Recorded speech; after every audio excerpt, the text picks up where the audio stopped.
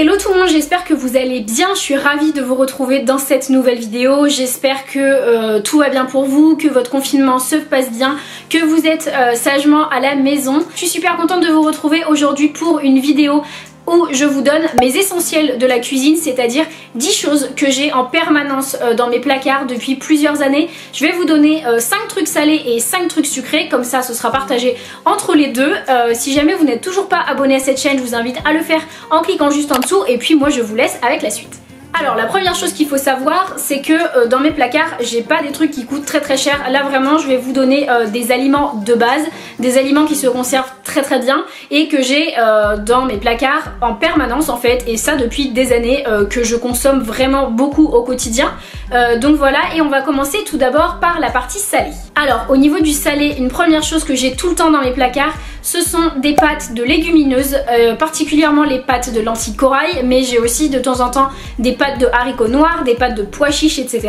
Puisque ce sont des aliments qui sont riches en protéines et donc je trouve que c'est bien. Moi j'essaye de diversifier mes sources de protéines, de pas aller chercher mes protéines uniquement dans l'alimentation animale. J'essaye de piocher un petit peu dans le végétal aussi, et pour ça je vais chercher pas mal donc dans tout ce qui est les lentilles, les légumineuses, et sous forme de pâtes. Je trouve que c'est vraiment ludique à manger, genre je trouve ça sympa, et moi je suis une grande fan de pâtes, donc voilà. Et mes préférés ça reste les pâtes de lentilles corail que j'achète en vrac dans le magasin bio, ou bien sinon je les commande sur internet sur mon site qui s'appelle Casidomi, qui est un site bio sur lequel je fais mes courses en ligne une fois par mois. Deuxième truc salé que j'ai tout le temps dans mes placards, c'est de la pulpe de tomate, que ce soit en conserve ou bien en bocaux. Moi je privilégie les bocaux, mais en tout cas j'en ai tout le temps dans mes placards, c'est trop pratique.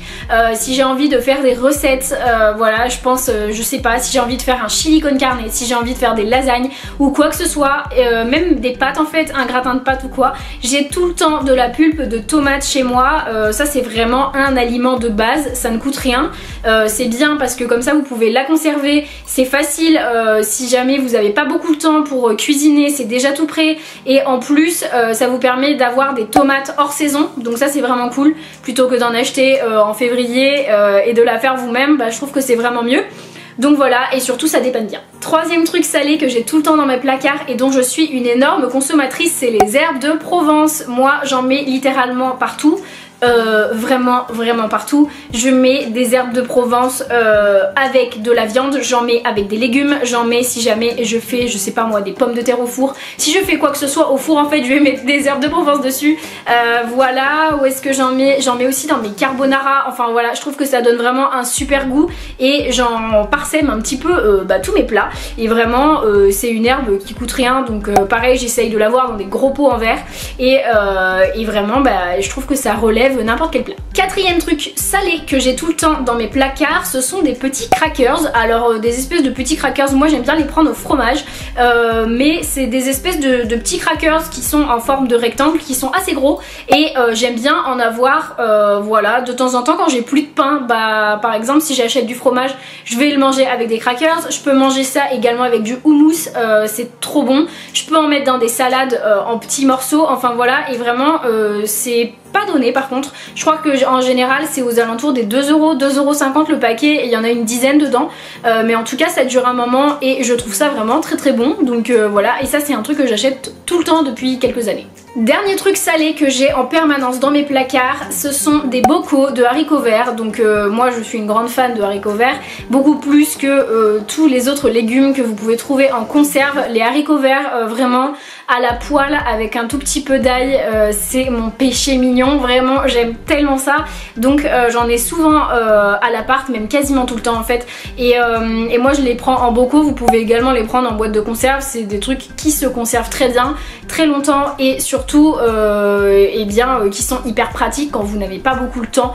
Donc ça je trouve ça top, et niveau gustatif c'est juste super bon. Ok, donc on est bon pour la partie salée. Maintenant on va passer à la partie sucrée, et je vais commencer avec l'incontournable de mes placards depuis quelques années, ce sont les flocons d'avoine. J'ai en permanence des flocons d'avoine chez moi.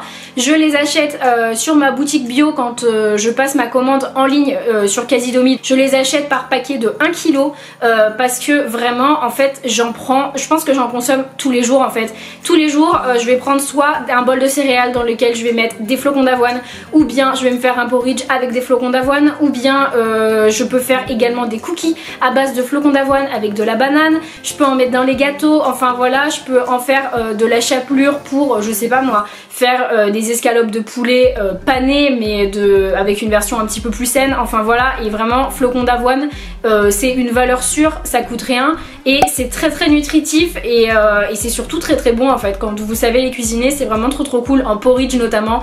Moi ça fait des années que je prends des porridge très régulièrement et vraiment le stock de flocons d'avoine descend très vite avec moi. Deuxième truc sucré que j'ai en permanence chez moi, et ça c'est depuis que je suis toute petite, c'est le chocolat, voilà. Et depuis quelques années c'est particulièrement le chocolat noir. J'essaye de le prendre avec un pourcentage très élevé. Moi mon préféré c'est le chocolat noir 85% ou bien le chocolat noir avec de la fleur de sel, mais j'aime quand il est un tout petit peu amer, voilà, je trouve ça vraiment très bon. Et j'en mets à l'intérieur des porridge, je m'en sers également dans les gâteaux. Moi j'achète pas vraiment de pépites de chocolat, je vais acheter plus des grosses tablettes et je vais les casser moi-même pour avoir des plus gros morceaux. Et voilà, donc le chocolat c'est juste la valeur sûre, et chocolat noir en particulier j'en ai tout le temps dans mes placards, ça dépanne pour n'importe quoi. Troisième truc sucré que j'ai tout le temps dans mes placards depuis quelques années, c'est de la compote. Donc moi je l'achète dans des bocaux parce que c'est mieux d'un point de vue environnemental, mais après ça existe aussi dans des petits pots là, vous savez, les petits pots en plastique si jamais vous voulez les acheter individuels. Moi j'achète des pots de 200 ou 300 grammes je crois de compote. Voilà, je les commande sur Casidomi comme le reste des trucs quand je fais ma commande du mois. Voilà, sur ma boutique bio j'achète de la compote qui est 100% pomme, non sucrée, voilà, sans sucre ajouté, sans conservateur et tout, c'est juste que de la pomme. Et ça c'est vraiment trop cool, ça dépanne pour faire des gâteaux, ça peut dépanner voilà, pour le dessert, pour le petit déjeuner, pour ce que vous voulez. Et vraiment c'est très cool, c'est direct préparé donc vous êtes tranquille. Mais je vous recommande d'en prendre de la non sucrée, c'est quand même bien meilleur et vous avez un vrai goût de fruits à l'intérieur. Quatrième truc que j'ai tout le temps dans mes placards au niveau sucré, c'est des dattes.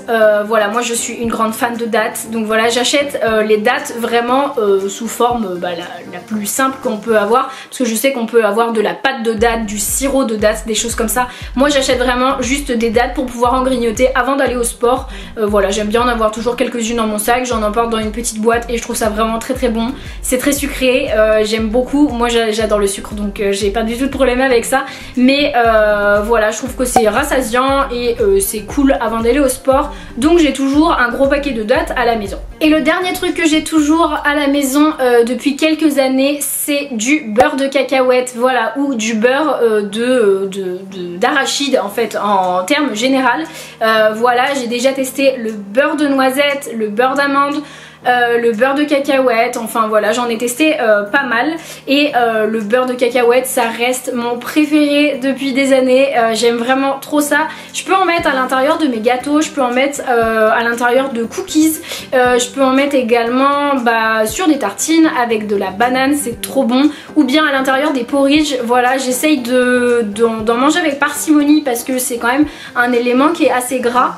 Mais qu'est-ce que c'est bon, et c'est largement meilleur que de s'envoyer des pots de Nutella. Il vaut mieux prendre du beurre de cacahuète, hein, très clairement. Et d'un point de vue gustatif c'est vraiment tellement bon. Mais je tiens à préciser que pour le beurre de cacahuète il vaut mieux l'acheter voilà, pur, 100% juste du beurre de cacahuète bio dans un bocal, c'est très bien, parce que si vous achetez les trucs que vous trouvez en supermarché à côté du Nutella et compagnie, vous allez vous retrouver avec des trucs où il va y avoir énormément de gras, énormément de sucre et très peu de cacahuètes à l'intérieur, donc c'est pas forcément très intéressant. Donc voilà les gars, cette vidéo est maintenant terminée. Je vous ai donné mes 10 essentiels sucrés et salés, donc vous avez tout pour pouvoir cuisiner et j'espère que ça peut vous inspirer. N'hésitez pas à me donner vous vos essentiels dans les commentaires, ça m'intéresse. Bien sûr il y a d'autres trucs que j'ai toujours dans mes placards, mais je vous ai cité ceux qui me plaisent le plus et ceux qui sont le plus d'actualité pour moi en ce moment. Donc j'espère que ça vous a plu. Si c'est le cas, je vous laisse liker la vidéo, vous abonner à la chaîne juste en dessous et moi je vous dis à plus dans une nouvelle vidéo. Troisième truc salé que j'ai en permanence dans les placards, dont je suis une grande fan et une énorme consommatrice, pardon. Troisième truc salé que j'ai tout le temps dans doucement. Troisième truc salé que j'ai tout le temps dans mes placards et dont je... Oh, j'ai craché à la mort.